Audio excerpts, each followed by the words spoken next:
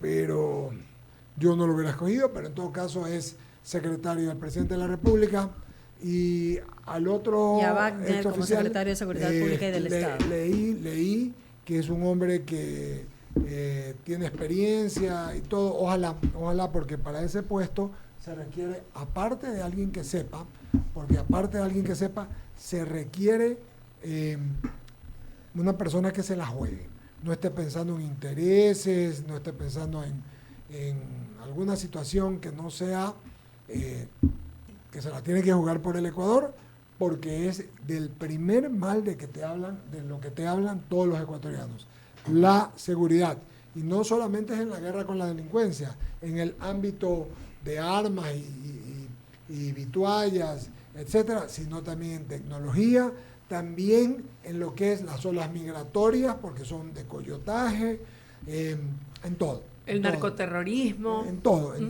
Por eso te decía, pero sí, más allá del tema solamente físico de la guerra, tiene que ver con tecnología, una tiene estrategia, que ver con migración, tiene que ver con el tema de la pesca ilegal, con la minería ilegal. O sea, necesitas muchos frentes y no te van a alcanzar las horas del día por todo lo que hay que hacer. Mañana van a ser posesionados 10:30 de la mañana.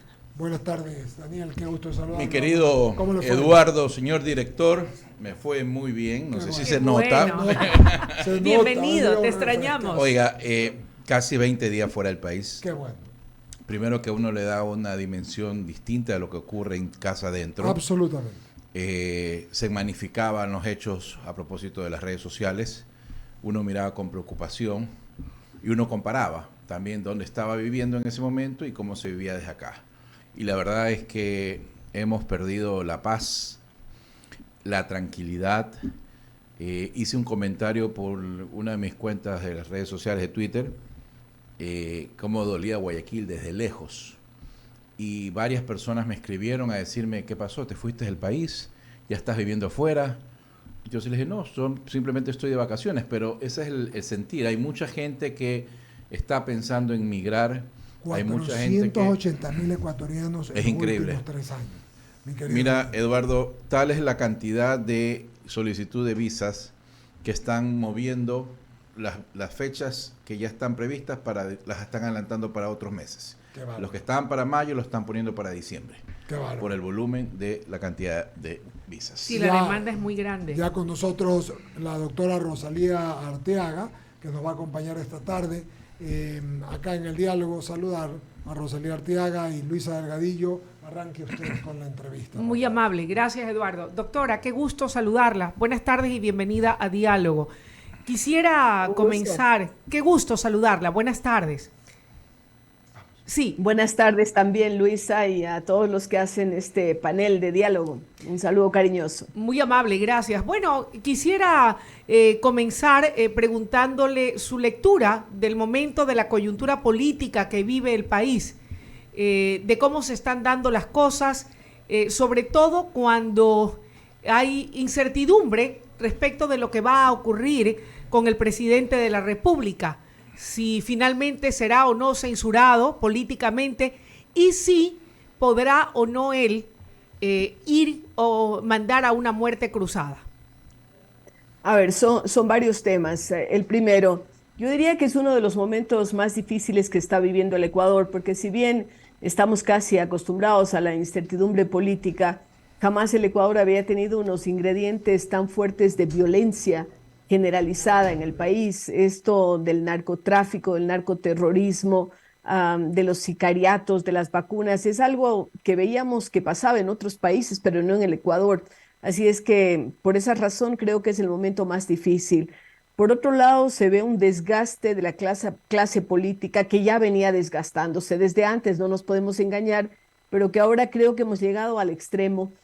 Usted ve los índices de aceptación de la Asamblea Legislativa, ve lo que está ocurriendo con la justicia, porque ese es otro tema que también nos preocupa grandemente, lo que tiene que ver con los fallos de cortes, de jueces que van contra la corte, que va contra los instancias de más alto nivel, y esto no había pasado. Yo creo que allí hay que pensar muchísimo en qué tipo de leyes se necesitan para darle mayor seguridad jurídica al Ecuador, porque si no hay seguridad jurídica, lo otro no se va a dar. En cuanto al juicio político, evidentemente pues hay esta intencionalidad por parte de una buena cantidad de asambleístas que hemos visto que además han estado bastante descolocados porque a veces decían que por una cosa, otras por otro causal, problemas desde con la redacción hasta con el fondo. Todo esto causa realmente mucha inquietud. No sabemos si va a tener el número de votos necesario para que vaya adelante esta crisis que significa el sacar a un presidente de la República, pero también recordar que esos cambios generalmente no han producido, no han arrojado buenos resultados, ¿no? Y que realmente es preocupante pensar en esa desestabilización. Muerte cruzada, no sé si a estas alturas valga la pena, ¿no? Porque también hay un desgaste fuerte del Ejecutivo, esto lo sabemos todos los ecuatorianos, y también habrá que contar con otros ingredientes como son los líderes indígenas, que se ve ya que no están por la muerte cruzada porque el movimiento Pachacutic probablemente se sienta debilitado para ir a unas elecciones presidenciales que deberían convocarse en 6 meses. A quien más le interesa la muerte cruzada en este momento es al partido del expresidente Correa, que se siente con la fortaleza como para ir inmediatamente a un proceso electoral presidencial. Así es que el panorama es complicadísimo. Yo no le veo una salida fácil. Ojalá el presidente de la República, si no sale positivo este juicio que se está dando en la Asamblea Legislativa, que enrumbe los destinos del Ecuador y se preocupe más por temas de seguridad que son realmente tremendamente angustiantes, y por otro lado temas como salud, como educación y generación de empleo y también obra pública, porque Doctora, eso mueve al aparato productivo. Doctora, precisamente dentro de los problemas más palpitantes, como usted bien lo ha señalado, está el tema de la seguridad. Y a propósito de ello, el día de mañana el gobierno va a posesionar al general Paco Moncayo como consejero de seguridad y a Wagner Bravo como secretario de Seguridad Pública. ¿Qué le parecen esas designaciones? ¿Usted cree que estén a la altura para poder enfrentar esta ola de criminalidad y violencia que golpea al país?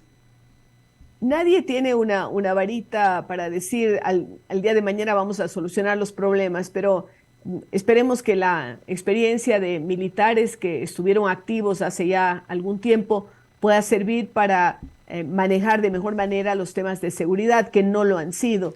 Recordemos que esto tiene antecedentes tan graves como la ciudadanía universal, quitar la base de Manta, legislar de tal manera que la policía y las fuerzas armadas muchas veces tienen que permanecer inermes. Ojalá se den algunos decretos que realmente le den la fortaleza a los sectores que tienen que ver con la seguridad del país para que esto marche de mejor manera. Así es que esperemos que haya buenos resultados.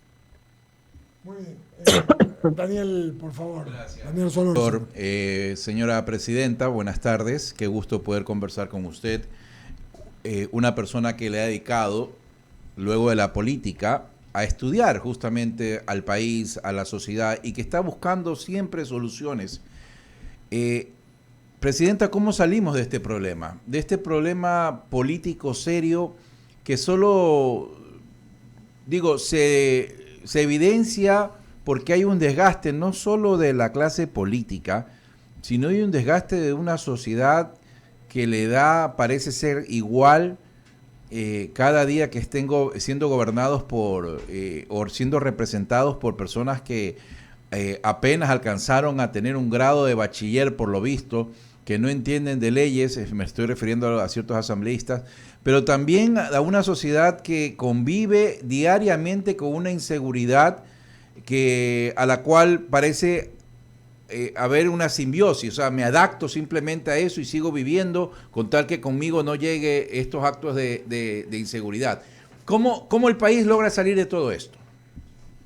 Daniel, escuchaba que usted estuvo de vacaciones fuera del país. Yo acabo de regresar también de un evento en Miami el fin de semana por el Día de la Tierra y estuve con autoridades de esta ciudad, con la alcaldesa del condado de Dade, del de Biscayne, pero también estuvieron los alcaldes de Puerto Príncipe, de Belmopán y de otras partes.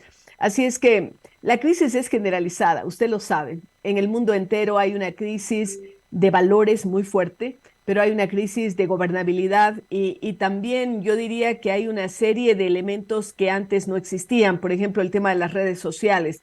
No es fácil salir de una crisis, pero yo creo que hay que eh, ver cuáles son los mecanismos que nos pueden ayudar.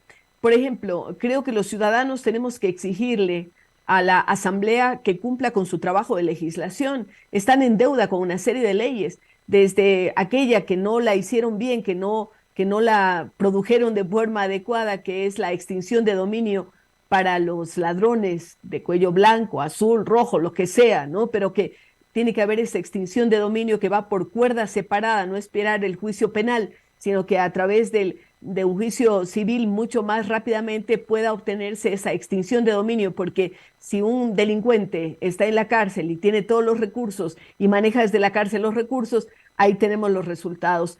Indudablemente hay que armar de mejor manera a Fuerzas Armadas, a la policía. Yo no estoy de acuerdo con armar a los ciudadanos o permitir que los ciudadanos tengan armas. Esto de tomarse la justicia por la mano no es algo que sea parte de una convivencia civilizada. Me parece que por allí vamos mal.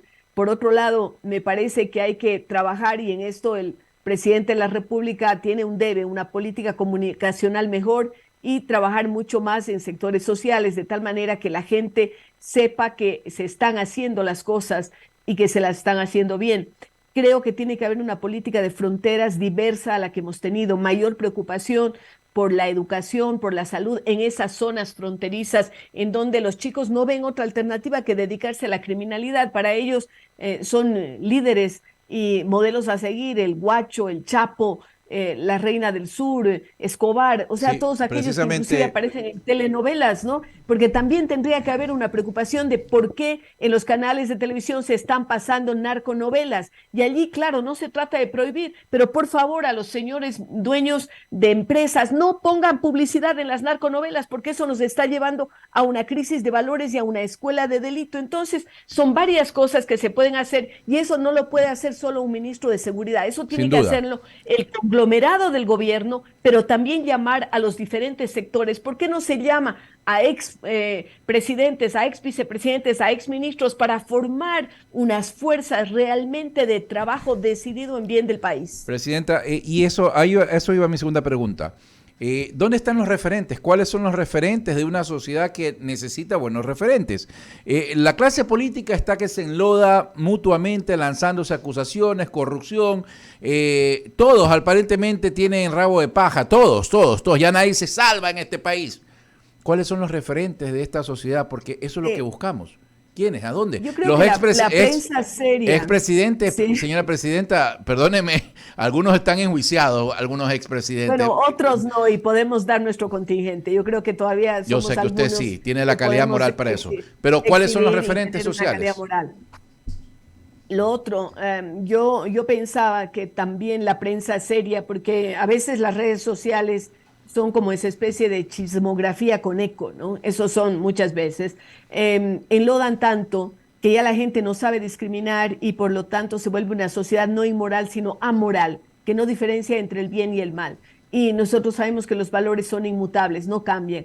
Y en este sentido yo creo que la prensa seria, los medios de comunicación, tienen también ese deber de hacerse menos eco de aquello que es escandaloso y profundizar más en los temas. Yo creo que ustedes con este tema de diálogo, con los aspectos que tienen que ver con convocar a diferentes sectores para que den su opinión, están cumpliendo su deber, pero no todo el mundo lo hace. Y entonces asistimos a que buena parte de los noticiarios son solo crónica roja o son solamente detalle de malversaciones, de malos manejos, de este tipo de cosas que son poco edificantes. Yo no creo que se pueda suprimir aquello, pero por ejemplo, alguna vez que estuve en Suecia hace algunos años y el tren en el que iba se detuvo y me dijeron, yo decía, ¿qué pasa? Un chico se había arrojado a las rieles del tren, pero al mismo tiempo la gente que estaba conmigo me dijeron, en ninguna parte del país usted va a encontrar que va a salir una noticia sobre esto, porque enseguida de que se saca una noticia sobre un chico que se ha suicidado, vienen olas de suicidios, ¿no? ¿No será que esto está pasando aquí, de que tanto estamos hablando de crímenes que finalmente se sienten hasta endiosados los delincuentes?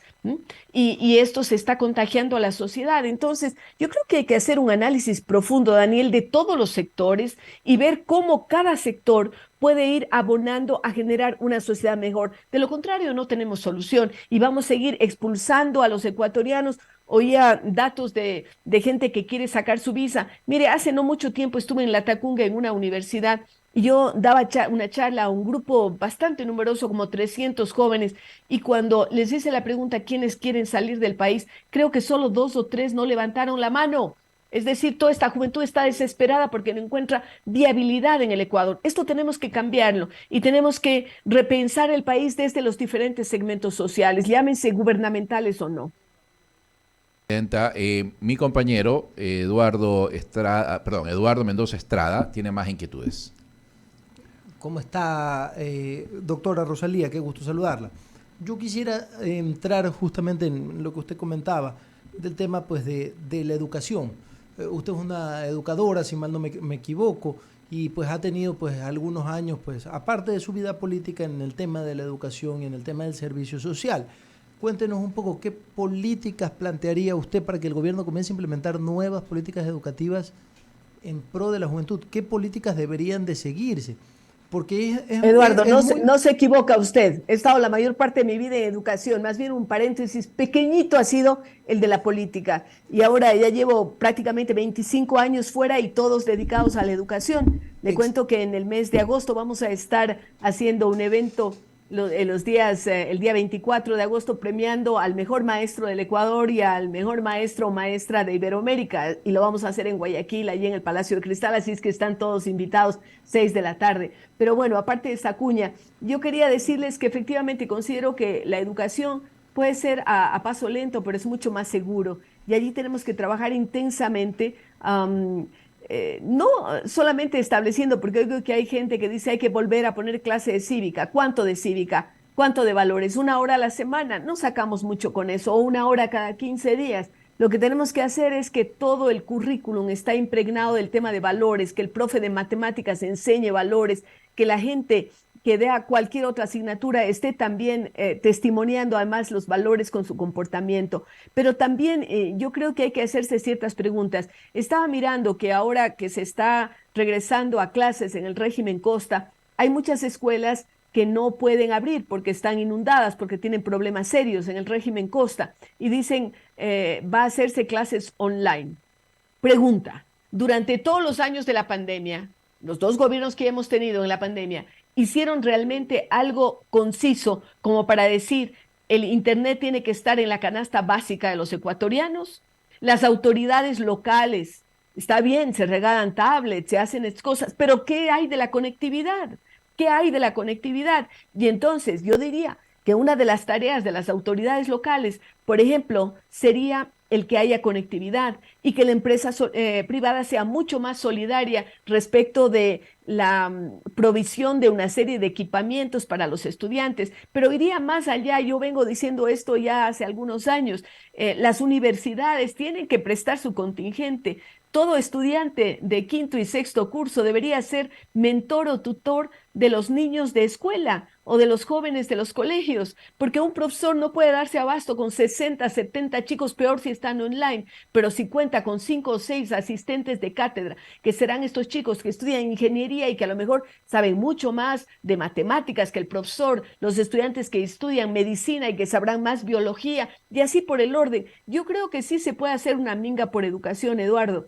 Y yo creo que hay ideas muy buenas que pueden llevarse a la práctica, que han dado resultado en otros países, pero también ideas nuevas como las que yo estoy proponiendo, como esta de generar un trabajo conjunto de las autoridades locales, ahora que van a estrenarse en sus cargos, que se planteen, sí, vamos a hacer obra pública, pero ni un solo ciudadano de Guayaquil, ni un solo ciudadano de Cuenca o del Cantón Pujilí o de donde sea, van a estar fuera de la conectividad. Es dar instrumentos a la gente, darle facilidades, y así podemos ir construyendo un Ecuador mejor. Agradecerle justamente a Rosalía Arteaga, ex presidenta del Ecuador, justamente agradecerle pues por haber estado aquí con nosotros. Muchas gracias. Nos vamos al corte o a las menciones. ¿Qué mismo? Corte, vamos.